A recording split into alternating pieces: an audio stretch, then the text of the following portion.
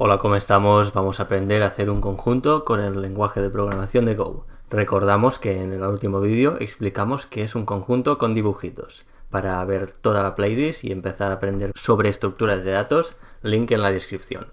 Entonces vimos que un conjunto es una estructura de datos que puede tener varias implementaciones, se puede hacer de varias formas. Hoy lo haremos con una lista enlazada de varios nodos que uno enlaza al siguiente, pero lo más especial que tiene el conjunto y lo que le distingue de las distintas estructuras de datos es que un conjunto es una colección de elementos donde no puede haber ningún elemento repetido. Es decir, cada elemento, si lo está solo una vez. Entonces, en un conjunto podemos añadir, podemos eliminar y podemos comprobar si existe un elemento. Entonces, para añadir, para eliminar, para comprobar si existe, pues todo eso lo vamos a definir en una interfaz de Go.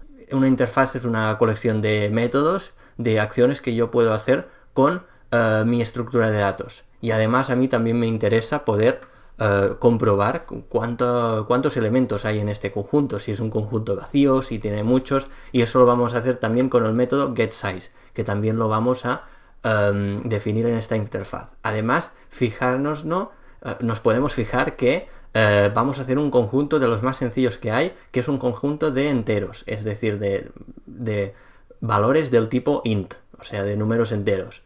Entonces, bueno, hemos dicho que nuestro conjunto lo vamos a implementar con una lista enlazada.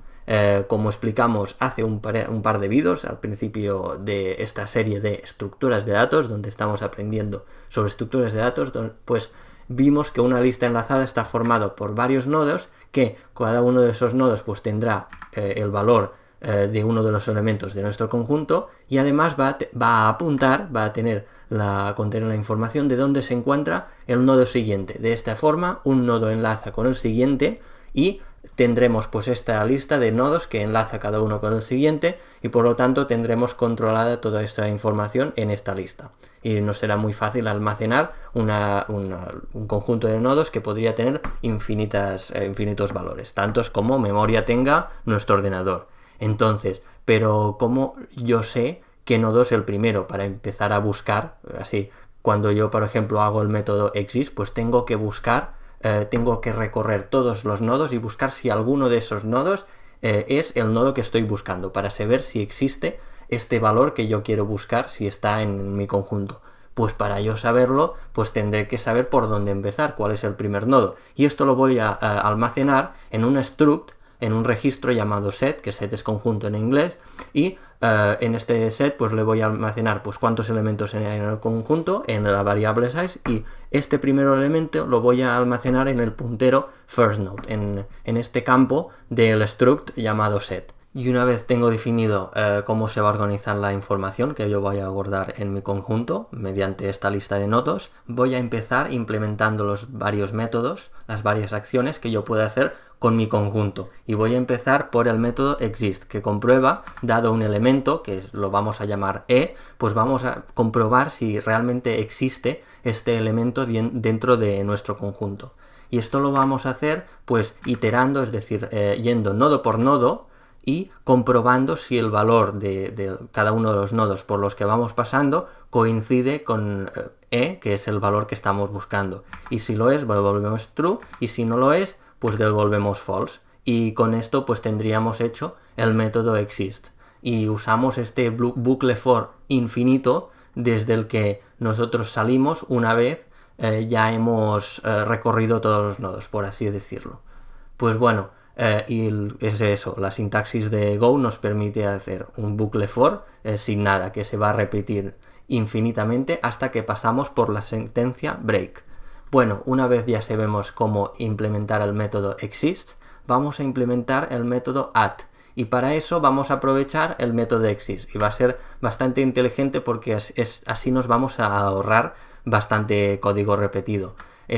El método add consiste en añadir un elemento que también vamos a llamar siempre lo vamos a llamar de element, y lo vamos a añadir a este conjunto. Pero ¿qué pasa? Que en un conjunto es bastante especial, no es como en una lista enlazada que yo puedo añadir tantos elementos repetidos como yo quiera, sino que en un conjunto no puede haber ningún elemento repetido. Así que si ya existe el elemento, no lo añadiré para nada, porque si ya entonces habría dos elementos repetidos. Entonces, para añadir un elemento, primero tengo que comprobar si no existe, y por eso pues hago esta sentencia if para comprobar si no existe aún este elemento, y si no existe, pues ya lo añado, creo un nuevo nodo que contendrá como valor este elemento que yo quiero añadir, que es el número entero, y lo sitúo al principio. ¿Y por qué lo sitúo al principio? Porque es lo más eficiente que puedo hacer.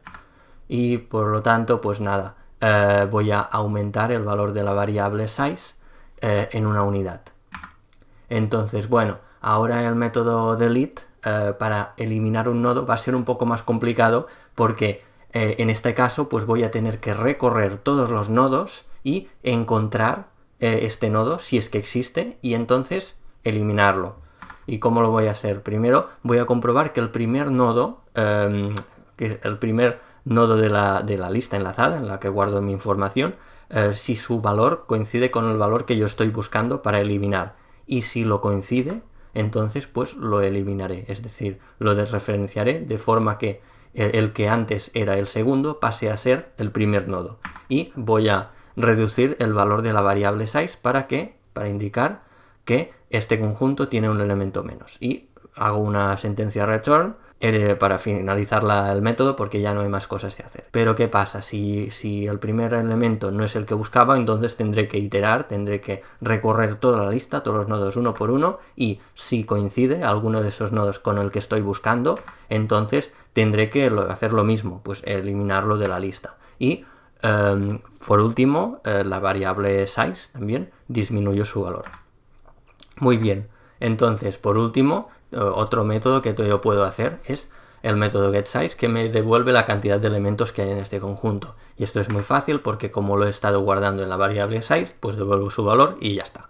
Y por último, así es como yo crearía una nueva variable de este tipo de conjunto para poderlo usar en más partes de mi programa.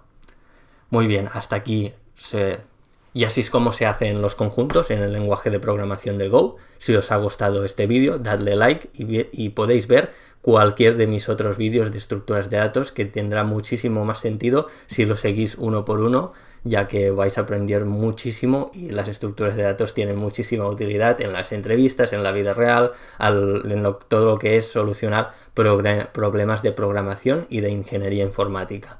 Nos vemos en la próxima, suscribiros si os ha gustado, y hasta otra.